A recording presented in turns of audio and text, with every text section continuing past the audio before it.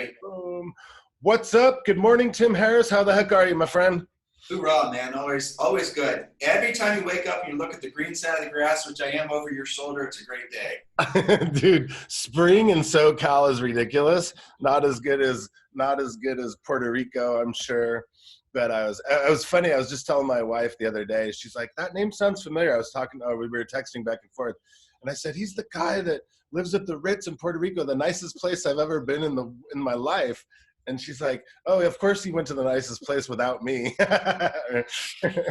When David and I took our 2-week sabbatical during Christmas.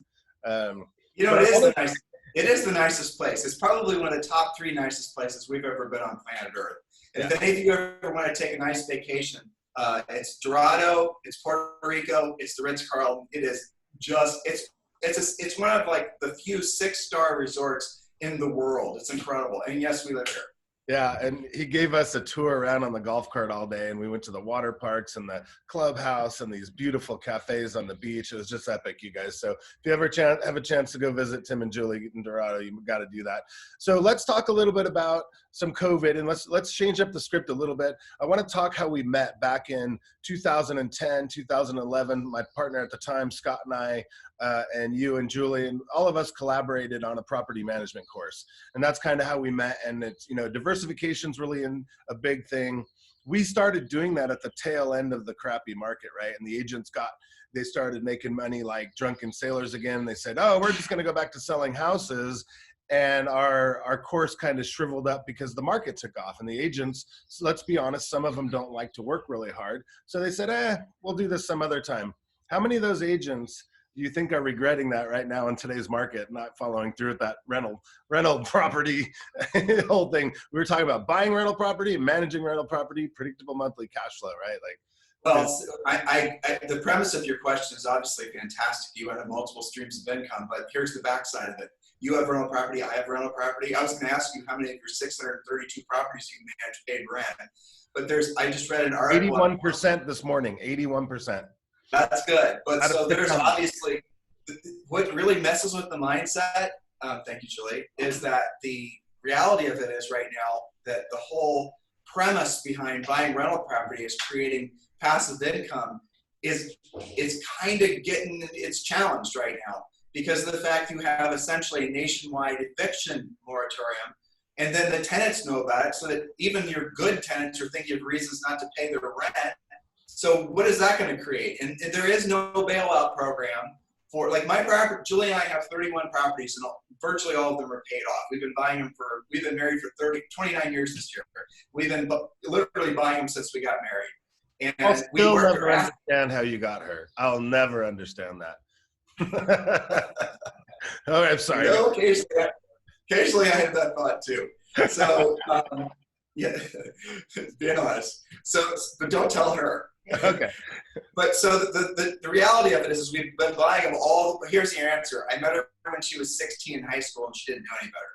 So the reality of it is we've been buying all of these ever since, and with the idea that one day we would have enough passive income that we didn't have to work anymore. So 10 years ago when I turned 40, that happened, right? It was actually like I was like 42 or 43 to be technically correct. And we had enough passive money coming in. It was like, okay, this is great. And then you realize, well, tenants don't always pay their rent. You have roof problems. Well, so we'll buy 5 or 10 more, and then we'll offset, and we'll make the cash flow work. But now, in this crisis, you've got the government stepping in and saying, guess what, small mom and pops like Tim and Julie, like Mike, you can't evict anybody. And if your properties are paid off, well, you're kind of just screwed. You're not going to get any sort. And it's questioning if I were 20 I was 21 when we got married. When I was 21, 22, we were buying our first rental property, and I was thinking about building my future financial security on rental properties. Just being completely honest, I'm not so sure I would do it because there's what I've learned in the past 3 decades and what I'm experiencing now. It's not the home run hit that everyone acts like it is. It's not, and who knows what's going to come on the other side of this. There's obviously going to be some sort of socialization of private property. And if they can tell you if they can shut you down, and they can tell you you can't collect rent, well, what does that leave? I mean, that's an interesting paradigm shift, really, I think for any entrepreneur or somebody who's trying to be independently wealthy. Yeah, no, and we could, you said we're going to go off track, damn it. We're going off track. Here's the reality though. There's so many other things. So people say, Mike, how come you don't have 32 properties? I think we have 12 right now. And it's because I said, I'm taking a gamble on my clients and investors' rental property. Like I said, we collected 81% of our rent today, and it's only the third, which is good, but we have really good background checks. We have really good people with good jobs. I'm blessed to live in an area with high rents, but I said, I'll take a gamble, let those clients make their investments, and I'm going to take anywhere from 7 to 10% of their income because that's okay money to me. So that's one of the reasons I focus so hard on property management. And now with EXP, I mean, we have way more predictable monthly cash flow than we could ever dream of. So I like this whole passive thing. So if the whole world crashes 50% at least or more, we're still going to be okay. But here's, and I want to pivot, and I want to go back to why I wanted you to be on this with me today. Good luck with keeping this on track. I know. You have literally thousands of agents that you're responsible for their success. I literally have thousands of agents that I'm responsible for their success. We have a time where it's absolutely crucial to remember a couple of things. And here's kind of the theme I wanted to go off of, and we can go back to rental property if we have to. But the thing I want to stay with is you and I and very few other people have been through markets where there's panic, there's time to pivot, shift, and do things that other agents can or won't do. And the mindset I'm trying to get across to my agents right now that I coach, lead, and train is, you guys, listen, we've been through the 91 crash in Southern California. Well, that was basically the whole country. We've been through the 94 earthquake. A lot of people have been through hurricanes and all sorts of devastations. We've been through a financial crash, and now we're going to go through a medical crash. And then at least what we do know is how things do end. Who you hang out with and who coaches you is everything right now, and keeps your mindset and your ability to plow through this. It's everything. There's so many people that have been in the last 10 years that have come into the business, self-proclaimed coaches, self-proclaimed gurus that have never seen a normal, which I'm going to call this when we come out of it, a normal market at some point. And now's the time to really dig into people that have been through this. Now, I know you and Julie sold homes 100 years ago when we both had more hair. Tell me your thoughts about how— I have no hair problem. I just need a haircut, number one. And number two, it was from when we were in our 20s. That you're right. It was like 100 years ago.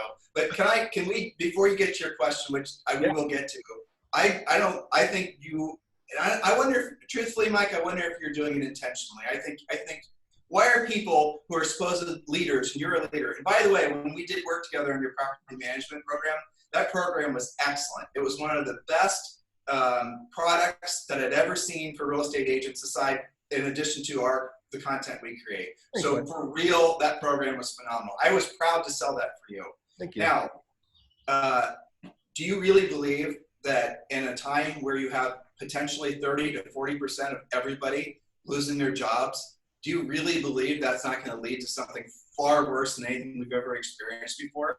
Do you really believe when the government didn't just release $2.2 trillion,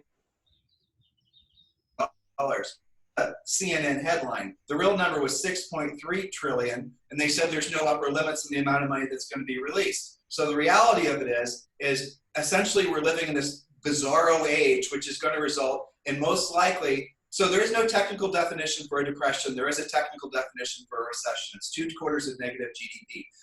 And we're already in that, so we're in a recession. There's no doubt in my mind that whatever we're meandering into is not going to be a V-shaped recovery. That's simply impossible. You can't have that many people lose their jobs, that many businesses go out of business, even with all the bailouts that are going to be happening and are happening, and it's not going to happen. What we're entering into is something that none of us have ever experienced before. I appreciate everything you just said. And I appreciate the fact that we, survived and thrived through the housing crash. But the housing crash, though limited primarily to housing, it affected the rest of the economy, is nothing like this. And that's the devastation that's going to come as a result of this, because those people will not get jobs again. And like if you look at, for example, the waterfall, how we're gonna quickly lead into, as these bailouts and these unemployment, all this stuff tapers out. you're going to see a huge real estate crash. I didn't think that 2 weeks ago, to be honest with you, but I've since talked with people. A lot of my neighbors here, frankly, are big hedge fund guys. And a lot of these guys that we've been talking to, mostly on Zoom, they're all keeping their powder dry, and they're all getting ready to buy assets when they go on sale. They're anticipating them to go on sale in about a year. I mean, there's people that will become, the greatest fortunes of man are always made during the greatest times of change. And after we get through the pandemic, the plague that follows it, the economic plague that follows it, is not just going to go away anytime soon. Because what this did is this pandemic was a domino that's causing other dominoes to fall. And the dominoes that are falling won't stop falling. The Fed's not going to be able to stop the other dominoes from falling. And so what agents have to realize is yes, we've all been through hardship in our lives, and it's a good opportunity for us to sort of channel how we got through that. You know, Julie and I wrote an article on our website. It's the phases of, I always forget this. This is the reason Julie's the smart one, right? But the phases of grief, the first thing is denial, and the second one, you've seen that before, right? Where people, like, if you've lost somebody you love. And that's where people need to look at that, because they need to look how that works. Because most people are still stuck in this, agents in particular, are still stuck in the first, I can't believe this is happening. And then like the third phase, if I remember correctly, is like anger. The agents are stuck right there. They need to skip all that, and they need to go down here to acceptance. Otherwise, they're not going to get the benefit of emotionally being ahead of the curve. And essentially, we wrote this report called the Ultimate Agent Survival Guide. I'll give it to all your people, no problem. And it's 3 parts. The first part is called personal, in which is put your own mask on first. The second part is called protect, and the third part is called profit. We've been focusing on our podcast every day on the first phase and starting to meander into the second phase. But the first phase, Mike, if you don't mind, I would like to take just a little bit of time and drill down on why these guys need to be tapping into every single bailout program. Do you mind? No, drill away, man. This is what we're doing this for. Okay, so first of all, you guys just need to get the hell over taking the money, because there's something in the Constitution called the Takings Clause. It's part of the Fifth Amendment. I read it, I studied it, Julie and I did last night. Of course, we're not lawyers, but it's pretty damn clear. So when the government takes, it's like eminent domain. The Takings Clause and eminent domain, that's how to think of it. So when the government takes, they have to give back. It's in the Constitution, Takings Clause, Fifth Amendment, read it yourself. Right now, this is people, I'm talking to agents and I'm telling them, apply for the SBA loan. I'm telling them, do forbearances on everything you own. You and I had that conversation like 2 weeks ago. I'm telling them, yes, apply for unemployment insurance, both state and federal unemployment insurance. Apply for everything, and because this is the Fifth Amendment's taking clause in action. The government, people are not suffering. Business owners, agents are not suffering, because that's your nice world, right? They're not suffering because they made a mistake. They're not suffering like back in 07 through 09. You could argue that, well, morally there shouldn't have been a bailout for investors that were buying like 5 and 6 properties and lying on their loans and all that. I agree, but now completely different. The government essentially seized your property or your ability to use your property, which was your business, and as a result of the Takings Clause in the Fifth Amendment, they are legally. This is not a moral issue, is what I'm trying to tell people. I had this argument on a podcast, right? Well, he wouldn't debate it with me, but he was wrong because he hadn't really considered it beyond morality. Why should I be taking when I don't need it? Because of the Takings Clause, because it's a legal contract that they broke. And so agents need to be applying for unemployment. The minimum an agent will get is $2,400 a month. It's supposedly just for 4 months, but you can pretty much be assured that it's going to be extended beyond that. If you have 2 self-employed people in your house, they can even extend that beyond that. The unemployment insurance that's being offered now is even if you were 1099, if you were a gig worker, if you're a real estate agent who weren't incorporated. So I'll tell you how to get all this information in a very condensed, easy to understand agent format, as I call it. The second one is the SBA loans. So the SBA program that every agent should be applying for is the PPP, Paycheck Protection Program. That Paycheck Protection Program will, for most of you, turn into grants that you don't have to pay back. That essentially, it'll give you essentially whatever your monthly salary was on average in your last tax filing year. And if you were 1099, we'll take your commissions and basically figure out what it averages out. And they're going to give you, I think it's 2.5 times. Plus, you have to use that 75% of that or 76% of it for payroll. That's money to you, in addition to the unemployment insurance, okay? And then the last thing that every agent needs to be doing is forbearances. Forbearances on everything. Like if I were you, I would be calling up all my customers who I manage properties for and tell them to do forbearances on everything. And yes, that means that when your tenants pay rent, if you're not paying your mortgage, you can still keep that money. Because you're getting a forbearance doesn't mean you have to give them a forbearance. But you need to plan ahead. Be thinking 3, 6, 8 months from now, realizing that a lot of your tenants are going to lose their jobs, or at least going to be paycheck threatened, right? They're going to be on unemployment. You're probably going to start having to lower your rents in order to basically meet the new market. There's going to be so much matriculation in the economy. Yeah. So the message that we've been beating on, I'll be off my soapbox in like 2 seconds, okay? Because it's really important to get it.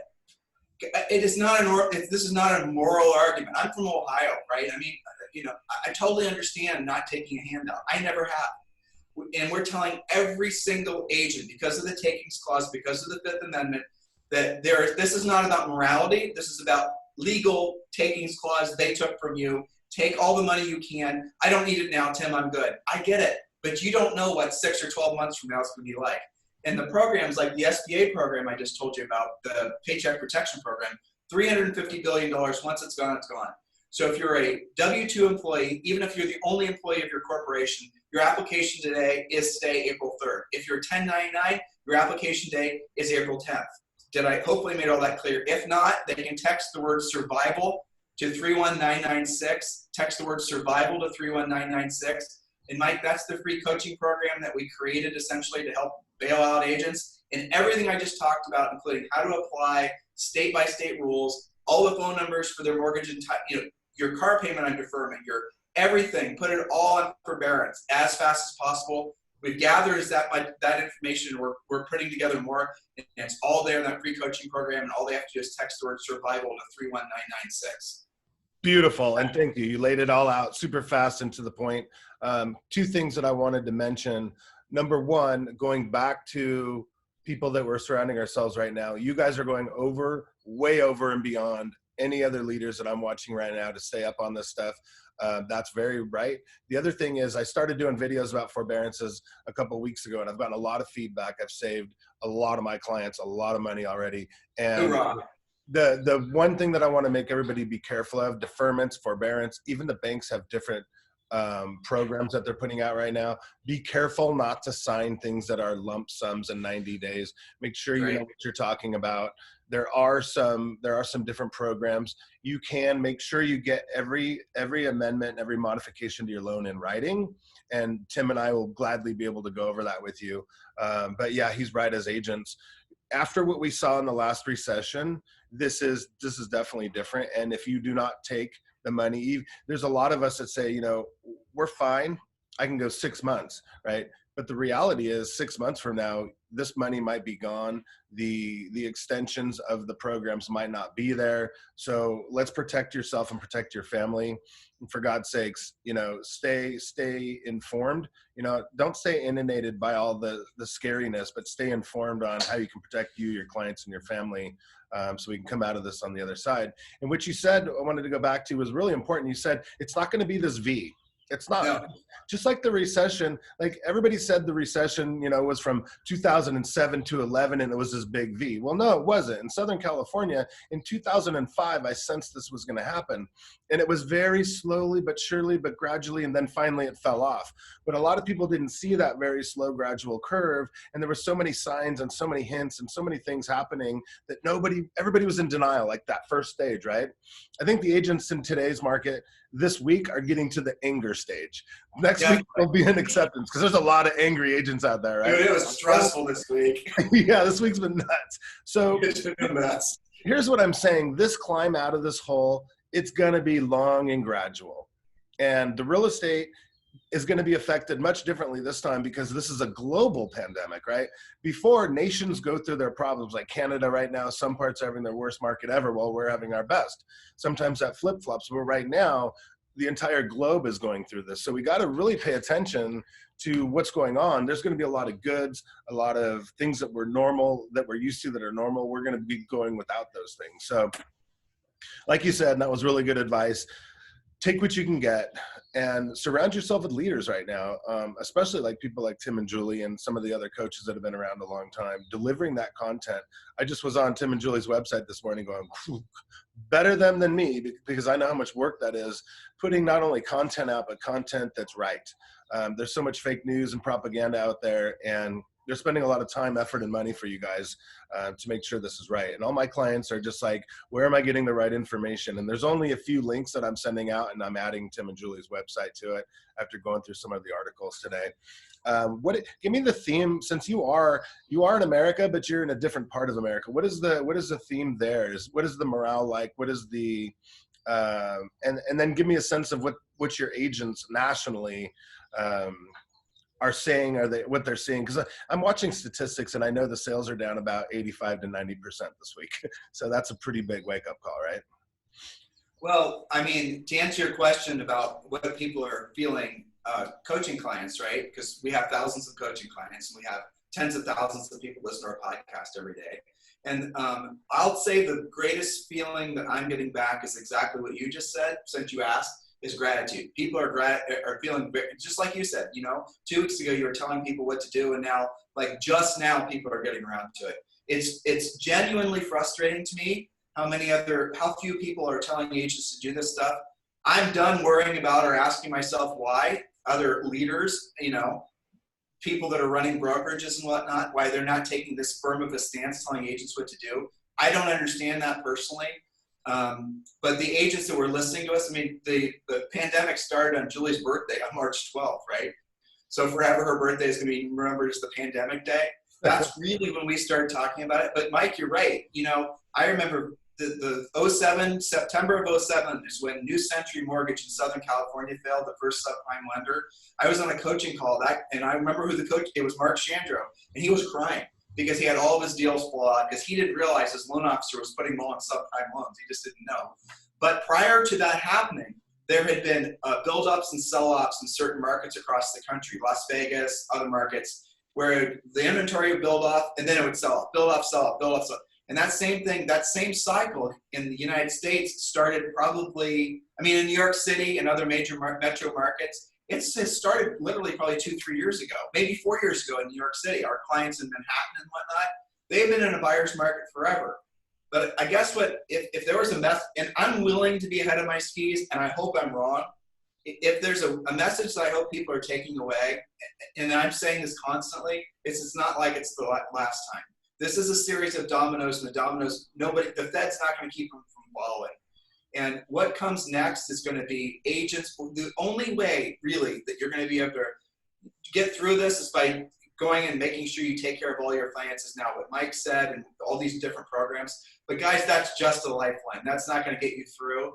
The hardest thing for agents, Mike, that have only been in the business for like 10 years or less, which is, by the way, 95% of all the agents out there, right? Yeah. They absolutely have no skill set. And take that as offensively as you'd like. It really doesn't matter. It's true.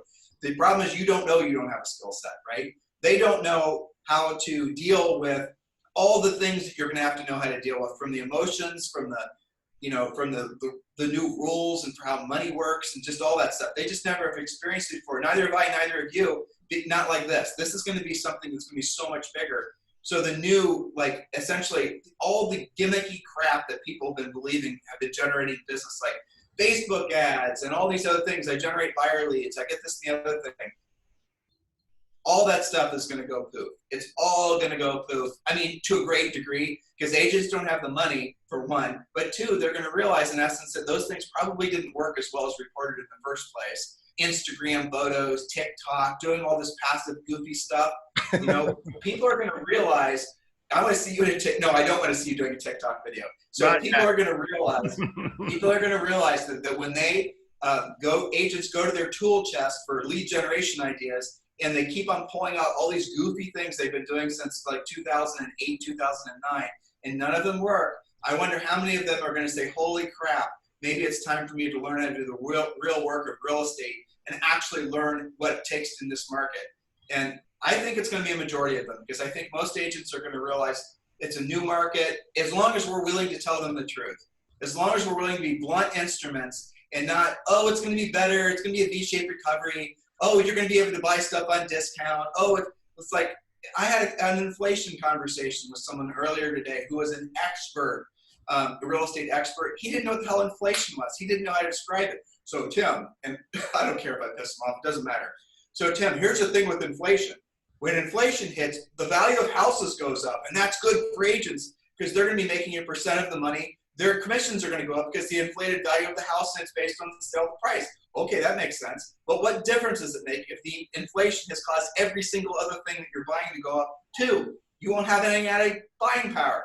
There's no benefit of inflation. Inflation is going to rob people that have cash. Inflation is going to make it so the $100,000 you have stuffed under your mattress is going to essentially have the buying power of $25,000 faster than you think. And what I am coming to realize is that when you, essentially there's going to be inflation and it's not going to be subtle. Why wasn't there inflation last go around? I researched this all last weekend. There was. It went to real estate. It went to stocks. It went to other things like that. It didn't really affect consumer goods. This go around, it's going to go to all those things, and it's going to go to the things that people need to pay their bill. Like people making fun of people buying toilet paper. I mean, I even did too. It's kind of funny. But the reality of it is those people that were hoarding toilet paper, that's probably smart because they're buying it at today's dollars. If they have room to store it, that toilet paper is going to cost a lot more probably in a year to 24 months. There probably is a cycle of inflation followed by hyperinflation that could lead to all kinds of things that people have only read about in dystopian novels. That's the truth. And if we don't tell agents that, if we are really blunt about it, what they're going to do is they're going to, oh, I'm an optimistic, Tim. You're a pessimistic. I don't like thinking like that. What does that even mean? What does that mean? I'm not being an optimist or a pessimist. I'm just giving you a view of the future in hopes that you over-prepare so that when that does come, even if it's only half of what I'm saying, you're going to still be over-prepared. What's wrong with that? Versus what? Yeah. Watching more Netflix? Well, then let's give some actionable items out. In our opinions, what agents should be doing today. Okay, let's say all this is going to happen. Let's guarantee ourselves mindset-wise is going to happen. Now let's talk about what are actionable items that you think agents should be doing today, like today. All this forbearances, everything we already rattled off. Just text the word survival to 31996. You and I talked about this the other day. You have a really good perspective on this too, by the way. There is going to be a mad rush to doing BPOs. Mad rush to doing BPOs. You know, we could talk about, oh, it's only $50 and all that. Who cares? It's cash flow, right? You need to earn $5,000 a month. You do the math. You do something like 3 BPOs a day. If you work every day, you've earned $5,000. That's $50, essentially guaranteed income. Do not put your nose up at that, right? That's just stupid. You got to protect your cash flow. And we're teaching them, obviously, in our coaching program, that the proactive lead generation, more than ever right now, is going to be making agents wealthier faster than they ever could have possibly have imagined. Imagine this. How many listings are going to be expiring over the next 180 days? Like all of them. Because the listing agents that have them have been these agents that, frankly, have gotten them relationships primarily from centers of influence and past clients relationships. That whole ethos of COI past clients, it has validity. I'm not saying it doesn't. But most agents have only learned centers of influence and past clients because it's a low skill base.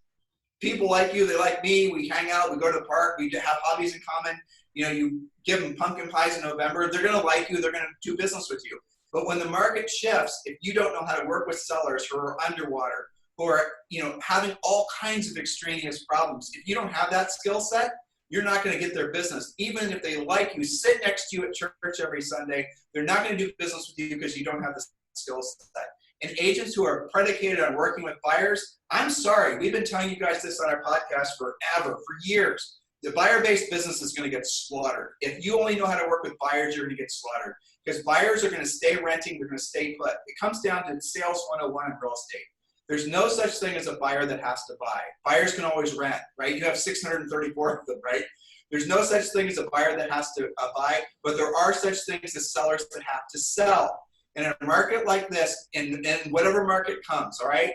Whatever horribleness might come around the corner, there's still going to be sellers that have to sell for all the usual reasons. And it's not just because they want a bigger house. I'm talking about people that are more motivated than that. So let's again, stay focused on your question. What's going to happen is after all the forbearances run out, people aren't able to get jobs. Maybe they're going to be underemployed, jobs that aren't going to earn the same amount of money. They're going to have these houses that have depreciated. They're then going to, maybe they don't get jobs. Most of them won't get jobs. They're then going to say, hey, I need to get rid of this house. Most agents in a situation walking into a listing, not knowing how to help a seller that's underwater, they're out. They won't know what to do. You just eliminated most of your competition, agents. Number two, the banks are going to look at these. It's not like before, Mike, where you could just say, submit the short sale, then you have to get the approval, and then you have to get the seller approved. The way it works now is completely different. You take this seller, and the seller goes to the bank, the lender. You have to know how to help them do this. It's not difficult. The bank looks at a waterfall, the different options of what's most appropriate for that particular borrower. The first thing you're going to look for is a loan mod. Does this person qualify for a loan mod? Forbearance is lower interest, doesn't matter. If they don't have a job, they're not going to qualify for a loan mod, which means the lender's immediately going to push them to short sale, but then you're going to get a pre-approved borrower. The borrower's already been approved for a short sale. Getting the house approved for, then you put the house for sale. You've got something that is priced to sell in this market by an incredibly motivated seller, and everything's already approved. And so you can get the thing closed in 45 to 60 days like everything else. These are the skill sets that if agents don't know how to do, and there's so many other things. We teach, and none of these leads cost money. We are 100% against lead buying. Learn how to be a proactive generator. Let me jump in there because I used to consult for Wells, B of A, Fannie, Freddie, right at the end of the market, and I was the short sale king. We did short sales after the '94 earthquake when they called short pays, right? So here's what I was playing with at the end, and all you agents need to listen to this, because what was happening was the banks were reaching out to their clients directly before there was a huge problem. They were 30, 60, 90 days late. The sellers didn't know what to do. The bank would put them in a pre-approval process, and then towards the end, right at 2011, when everything turned around in 2010, I was receiving more pre-approved short sales directly from the bank than I was putting on the market normally. So the banks, if they learned anything from last time, are going to be way more proactive. So it's up to you to seek and pay attention to those people that are in a notice of default situation. And you got to be the expert in your area and your craft so they will understand that you can partner with them. Because there's nothing worse than when you see it like an REO agent that had 150 listings in your town. It's going to be the same way, because the banks learned from last time they don't want thousands of vacant homes. They are going to pre-approve short sales and assign them to agents. And it's just like REO. It might not be all the banks, but I promise you it's going to be the bigger banks. And this is also where you better get your butt in gear, and you better learn auction.com, and you better learn Zone. A lot of these things are going to go that direction too. So pay attention. It's not just Zillows and Realtor.coms and Redfins and us. It's not that battle. It's World War III, where now we have the auction houses that are going to come into this. And Zome and Auction.com want to take you out of this business. You must understand that. There's no reason. All they need you for is a $500 a deal, door opener, lockbox hanger, picture taker. And then you might not even need to be that for them. You're going to be so insignificant in this transaction if you don't pay attention and get in front of this. Getting the pre-approved assigned short sales is going to be everything. Then REO will be the same as it was, unless it goes to all the auction houses. But what he is saying is absolutely correct, because I was being paid, highly paid, to go through this as a consultant with these people. And B of A was giving me 2, 3, 4, 5 pre-approved short sales a week. And then boom, market flipped and it was over. But they had a taste of it. They tasted the blood. So now there's going to be a new normal, and we better get involved in that, and we better pay close attention. Our default network groups and our agents across the country all still have these relationships with the asset managers. We were smart. We paid attention to the individuals that mastered the REO craft and the default craft. We still have relationships with those people because the banks laid them all off, rearranged their departments, but we still have all those relationships. So as they jump back in from their different departments that they're in and going back into default, we'll still have those relationships. And I promise you, we're going to take you right down the correct path so you guys have your head on straight going into that market. Heaven forbid if it happens. So we got to be ahead of that curve. So you just did it. Why'd you hedge? Why'd you just hedge? What the heaven forbid if it happens? Mike, yeah. What I hedged on is if there's not another different way that REO will be handled. So got it. I believe REO will be handled that way. The banks, like I said, learned the hard way. They do not want hundreds and thousands of vacant homes in any given town. They want these people in the homes, paying the utilities, keeping them nice. They'd rather have it go to the auction house where the buyer pays the commission, which is not new in this world, by the way, you guys. A buyer paying an agent's premium is normal in a lot of countries. But what you need to understand is they could use that money, sell it seemingly for a better deal, have the buyers pay their own commission, use any excess cash to give the seller cash for keys to move out. They figured this beautiful plan out at the very tail end, and it zipped right by everybody, and nobody even noticed what was going on. But I was in the trenches watching it, and it worked beautifully. And I promise to God, going to a listing appointment where they say, here's my letter saying I'm pre-approved and you can sell my house for this much, is 100 times better than going to a door with a gun in your pocket trying to do cash for keys to somebody who wants to stick their pit bull on you and shoot your head off. So trust me on this. This is and so they also, basically, the other big player, more so than last time, is the FDIC, as you know, sold off a ton of those assets to hedge funds. And those hedge funds still own those assets. And the hedge funds have also been holding off on their own foreclosures. There was a little uptick in foreclosures. You and I talked about that happened right before the foreclosure moratorium. So look, guys, it's similar to the way it was before, but what he's saying and what I'm saying is it's completely different than the way it was before. And you know, you got to pay attention to it. And the REO train, the station is getting built. They're shopping for trains, but they're not loading it up yet.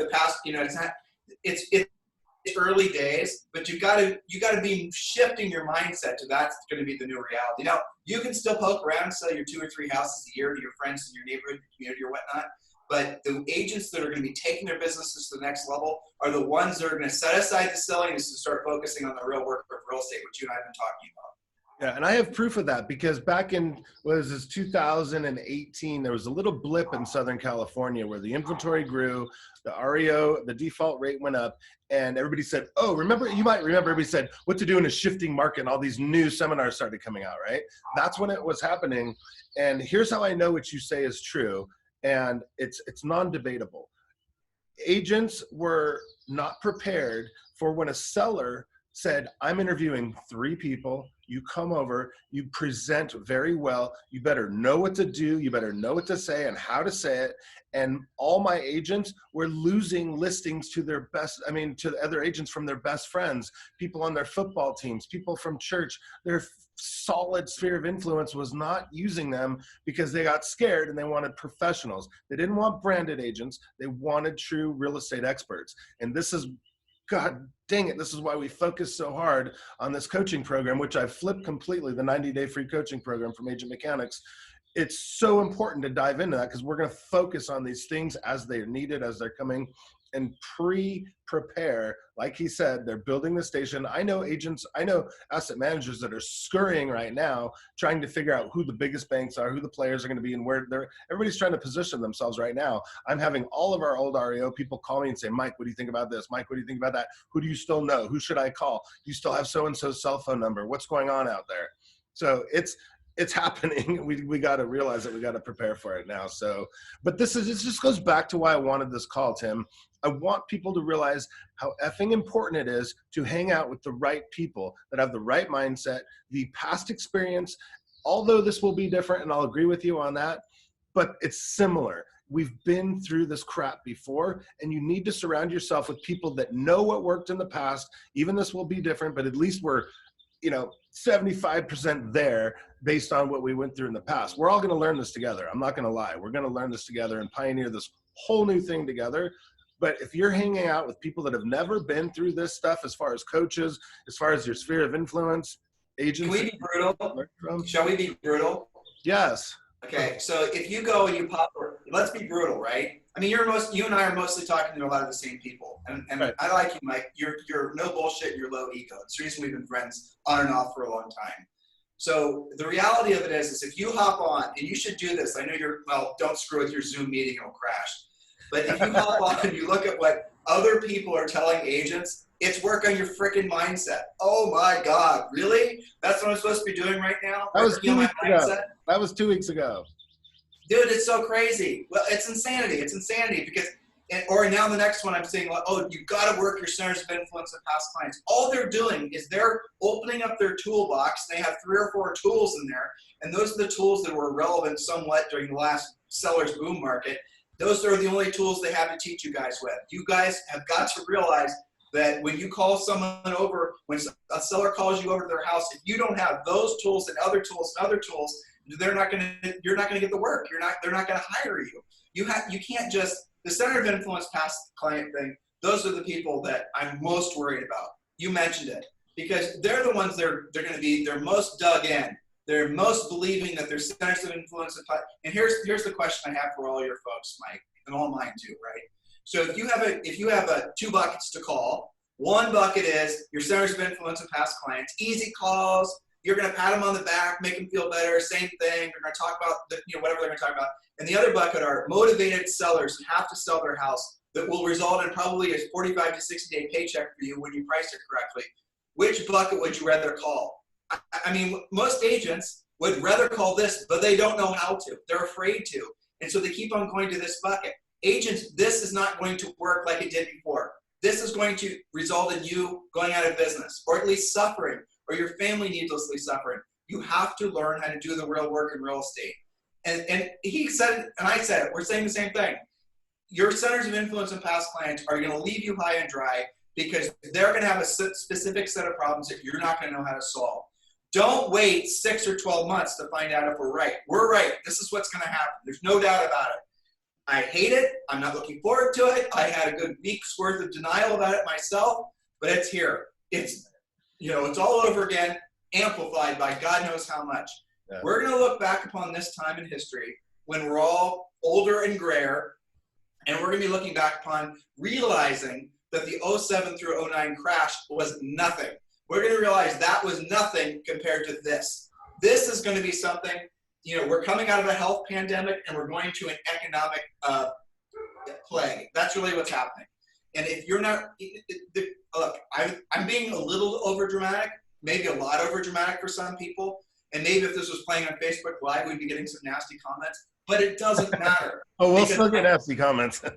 Well, right. Mostly you, not me.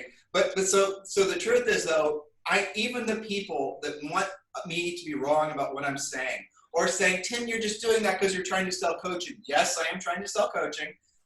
That's not really ultimately what's driving me to this. It's because having been through something similar, though not the same, I know what happens to the agents that take action early, what Mike is saying, and I know the agents that don't, that wait, that procrastinate, that hope the clouds are going to clear and somehow the sun rays are going to come back down. It's going to be the past again. I know the needless suffering. In the last go-around, we knew people that killed themselves. We knew divorces that happened. We knew people that had, I'm sure what would be considered PTSD, and they still have it. So many people aren't ever going to come back from this, mentally and emotionally and certainly financially. You've got to take it seriously on this level. It's not just about being strapped in your house and watching Netflix all day or whatever you guys are doing. I've been doing podcasts all day. It's about protecting yourself and then protecting your family and then moving back towards a business rebuilding. Thank God the government has given most of you guys a lifeline, all of you really a lifeline, so you have some time to rebreathe, move past your denial phase, and move into the retooling stage. Go ahead and text the word survival to 31996. That's a free coaching program. All the things we talked about the agent bailout's part of that. We teach you essentially the fundamentals of how to get your short sale business going, your REO business going, your BPO business going. All that is offered there to you for free. Just text the word survival to 31996. So good, dude. I'm so appreciative that you're on this call. The last thing, something popped into my head too that I was thinking, the agents are still asking about the Zillows and the realtor.coms and all the discount brokers. Here's what I want to say. When you don't sharpen your sword and get your skill set to a very high level, when those sphere of influence, friends, all the people we talked about before interview you, and you don't show or deliver value, they will do one of two things. They'll go to somebody like us that is very experienced and know what we're doing, or they're going to then say, well, I see no value in agents.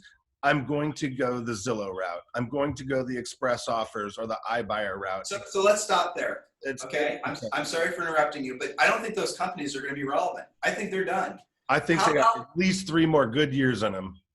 Why did Zillow pivot away from selling buyer leads? Because there were fewer agents that wanted to buy buyer leads from them. Duh. That's the reason they primarily did it. Now they shifted towards this iBuyer market have you read their financials? Have you read their K1s? Have you read about where they're getting the money?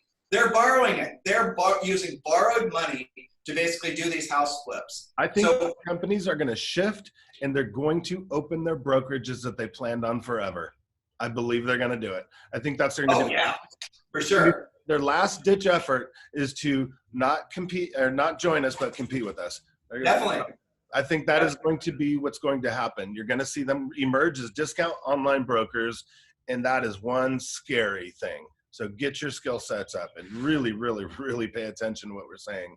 I agree. Or if they survive. Yeah, honestly, Mike, if they survive, they could lose. I mean, there's so many short sellers. There's some very well-organized short sellers that are betting Zillow in particular tanks. I think what you're going to see is, I'm not a short seller. I've never shorted anything stock market-wise. I know how to do it, just don't want to do it. It's a gamble, basically. But you see the shorts that are starting to pile on top of the Zillow trade.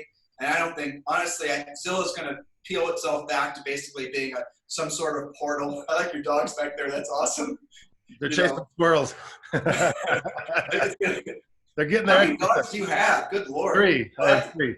Damn, that was a big cat. That thing looks like a dog. That's lucky. Whatever she goes. So like I said, World War III, you guys, we're going to compete with these online discount brokerages. They're going to have to pivot and turn into that. And I'm so sick of that cliche word. It's so cliche in the last 30 days. But they're going to have to do something like that. So you're going to see the online brokerage, the powerhouses with all the traffic, and they might not last forever, but it doesn't matter. You're going to have the online auctions, auction.com and Zome, and whoever emerges from that.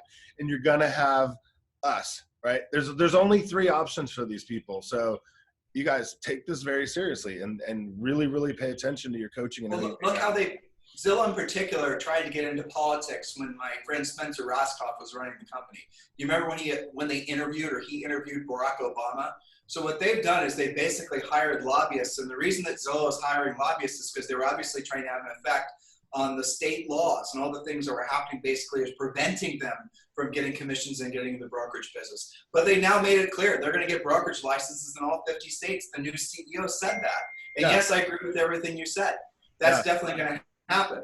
And what I don't tell a lot of people about, in 2011, Zillow reached out to me and they wanted me to beta test with them. They wanted to beta test a traditional model, an online brokerage model, and they called it, I forget the name now, but I used to bring it to all my network groups.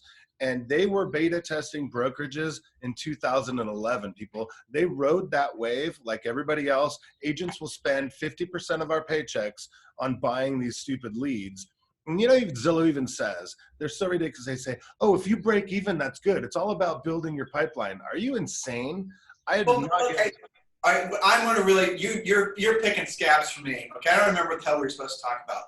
Look at all the jackasses out there that have been doing conventions and whatnot, who are being sponsored by Zillow and on other entities like that. And then agents, for the last, since 2008, have been going to these events where the person on stage who's supposed to be a guru, somebody you're supposed to trust, is getting money from Zillow. Do you really think that guy is going to say the truth, and he does know it, or gal, about Zillow, when Zillow is basically standing in the back of the room flipping the check for the whole damn event? I mean, it's insanity. People just need to use their common sense. For example, that whole premise of branding. Oh my God. I mean, branding, guys, just does not even make sense. Here's what branding really is. It's called your reputation. So if you want to have a good brand, do a great job helping people. That's it. Skip the word branding, because branding is just another way of trying to sell you crap with the idea that if you do enough branding, that sellers are going to call you or buyers are going to call you. The reason that people do business with you is because because your skill set, ultimately, that's really what it comes down to. So all these stupid ideas that only happen in a seller's market when the cash is flowing, they're all going to go pop. But I don't want my folks and your folks suffering because they're still trying to keep bad ideas working in this new market. Guys, just listen to what we're saying. Worst case scenario, you're going to learn some new stuff that you wouldn't have otherwise learned, and it's only half as useful of what we say it's going to be. Who cares? It's still a hell of a lot better than when you otherwise could have been. Hope for the best, but you got to be preparing for the worst. Agents, I'm optimistic. I don't like what Tim is saying. That's fine. And Tim's not an optimist. I am an optimist, but I'm not. I'm also a realist. That if you don't have the schooling, the education, the tools, all that stuff necessary to get through the economic ice age that's going to follow the pandemic, then I'm not optimistic that you're going to stay in real estate. And I want you to stay in real estate. I need people to sell coaching to. How about that? Oh, dude, you just wrapped that up so good. Normally I say, okay, rapid fire, wrap this up in 30 seconds. You just wrapped your side up. I'm wrapping my side up right now. You guys, honestly, we love you. We all have amazing abilities in this business, but right now, this is not a time to mess around. And if you want to be a branded agent, cool, be brand, but also make damn sure you're learning your skill set and have a very open mind to other things. For those of you that never done things that make you feel uncomfortable, I remember when short sales came back and people go, I'm not a short sale agent. 2 years later, they're like, teach me how to be a short sale agent, right? So anyway, here I go again. All right, wrapping this up. I love you, man. Thank you. Give Julie a kiss. Give your daughter a kiss. Hopefully you can go to the beach or the pool or something there because it's all amazing. You keep in touch with me. I'll keep in touch with you. Give the text to the survival thing one more time. Sure. It's text survival to 31996. The name of our podcast is Real Estate Coaching Radio. It's the #1 listened to daily podcast in the United States for agents. And that's awesome. My podcast, realestatemarketingshow.com, realestatemarketingshow.com. I'm not selling coaching to thousands of agents. I'm working with you individually and for free. Join Agent Mechanics Coaching with Mike Bjorkman, free 90-day program. I'm going to give you guys the skill set in the next couple months to get you through whatever we're going to go through. All right, dude, I love you. Keep in touch. Let me know if you need anything, and we'll send everybody. We'll put the links to your website and podcast in these notes right here. Hoorah, man. Okay, guys, talk to you soon. Bye-bye.